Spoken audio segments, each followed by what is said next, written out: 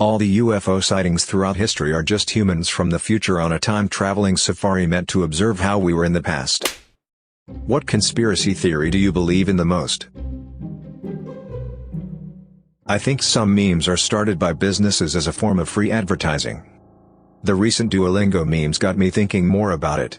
Duolingo wasn't a small app at the time, but it became a lot more popular after the fact. There have been other memes revolving around a particular product or brand as well, that make me think this is happening on a strategic level beyond some kid thinking it'd be hella funny to do this or that.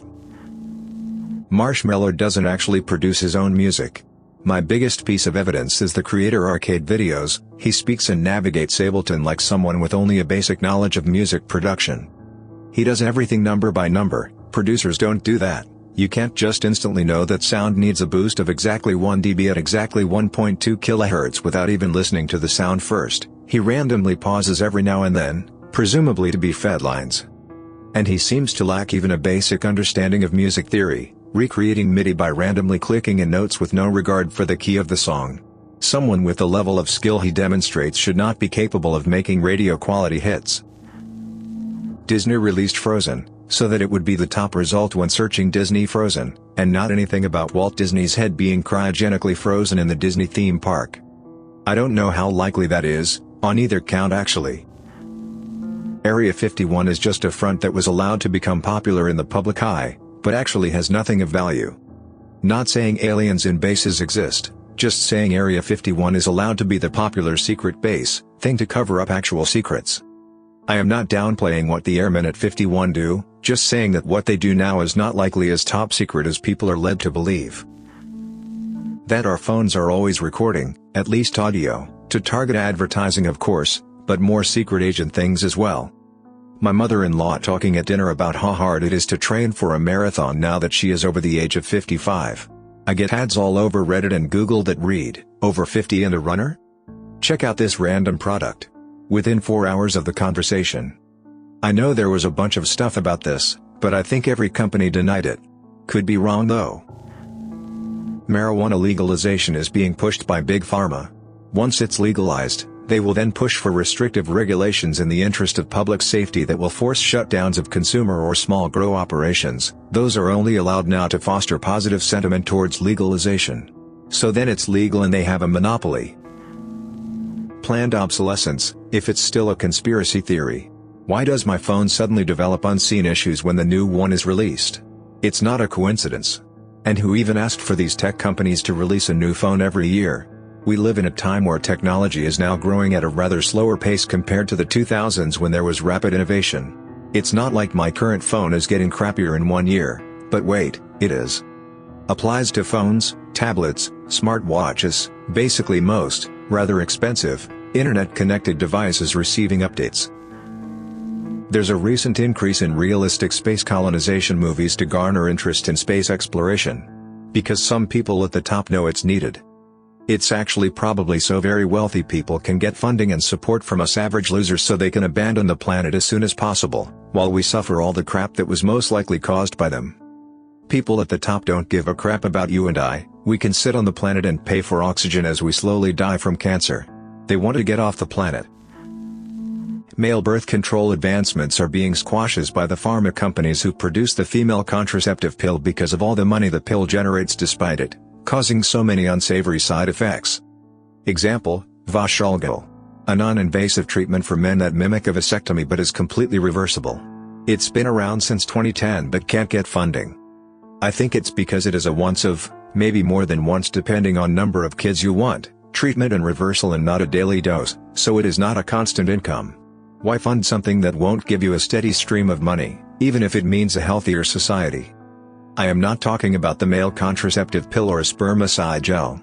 This is, for lack of better way to explain, an IUD type thing for men, completely different to the male pill that has made mainstream media. It was developed in India and there are online sites for them to get funding through sponsors. This is my tinfoil hat theory, it's not based on meticulous research.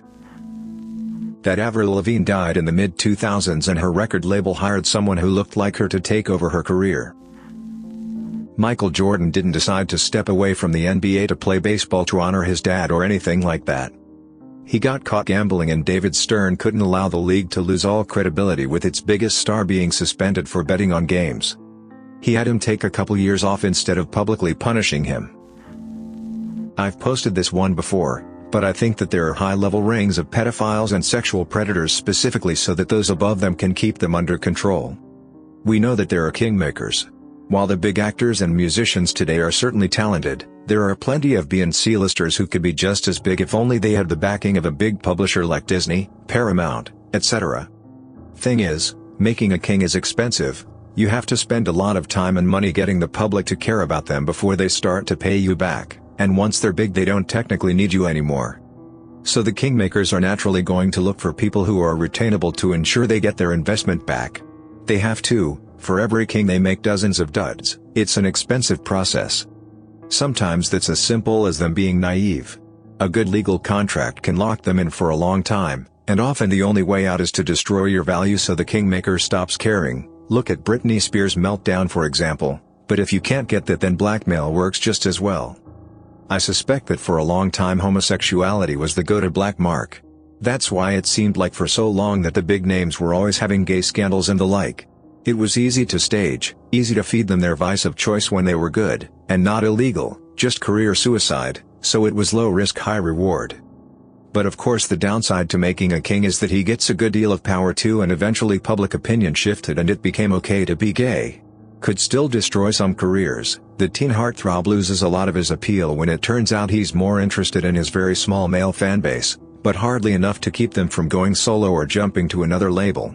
So now they moved on to more shocking and illegal appetites. Harder to spot vulnerable marks and tougher to get them their vice of choice, but if it was easy to make a king everybody would be doing it. Someone who abuses women or children isn't about to cross their handler, they shut up and take their cut. After all, they're still being handsomely rewarded, just not as much as they could be making if they didn't have a publisher leeching out the lion's share of their profits. I don't think this is a huge coordinated conspiracy, mind you. I think that quite a few successful talent managers have discovered that sexual predators are surprisingly easy to manage if you're willing to clean up their messes for them, and that when you're talking about tens of millions of dollars you can suddenly afford high-powered lawyers and firemen who neither ask nor answer questions. But between predators gaining power and promoting like-minded monsters, and managers seeking out predators because they're easy to keep on contract, I think it explains a bit of why there always seems to be at least a few sexual assault scandals going on in movies and music at any given time. All the UFO sightings throughout history are just humans from the future on a time-traveling safari meant to observe how we were in the past. They are supposed to keep out of sight, but because of human and mechanical errors, there have been hiccups with their cloaking which have resulted in being seen. That's why there have always been so many reports of them throughout history, but there has never been an attack. It's just us.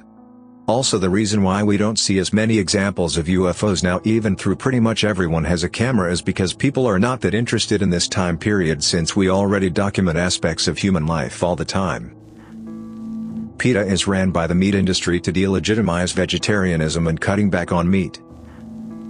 This one is more personal but I fully believe it. Long story short, my father-in-law was good friends with a guy who was pretty high up in Boeing. Like, knew some top secret kinda stuff. Well, he ended up quitting as he couldn't take the pressure.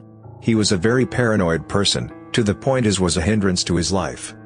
Well, a few months after he starts telling my father-in-law that he's being watched and followed and that the government is coming for him. Like I said, insanely paranoid.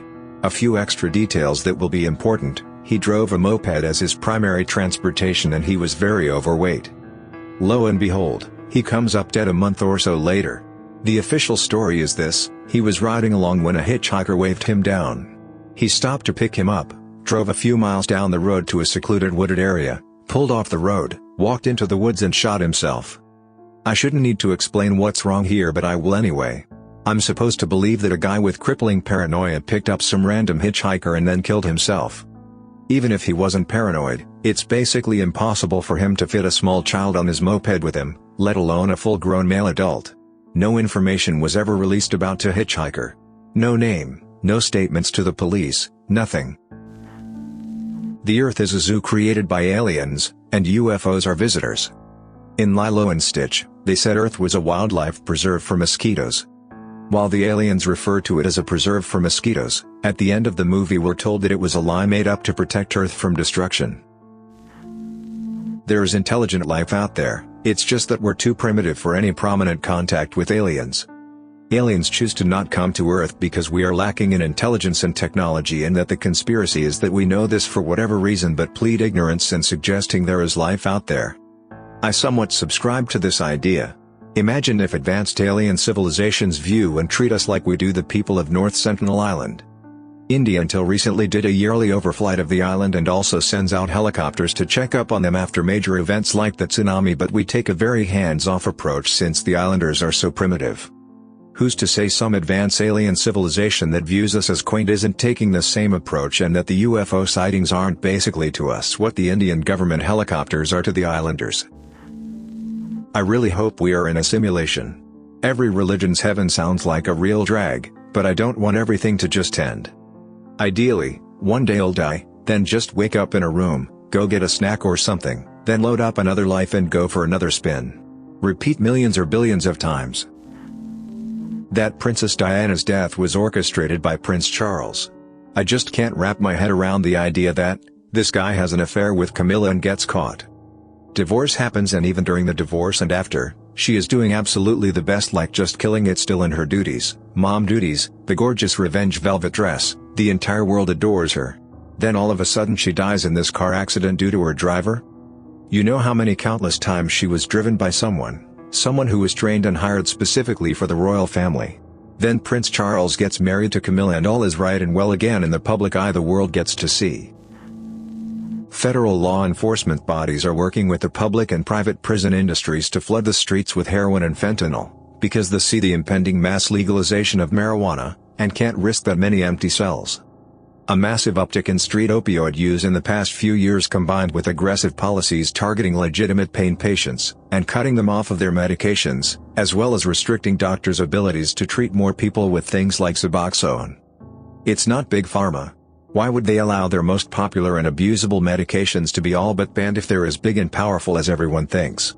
It's not like they're hawking new treatment drugs, and the government is working hard to ban natural alternatives like kratom on top of it.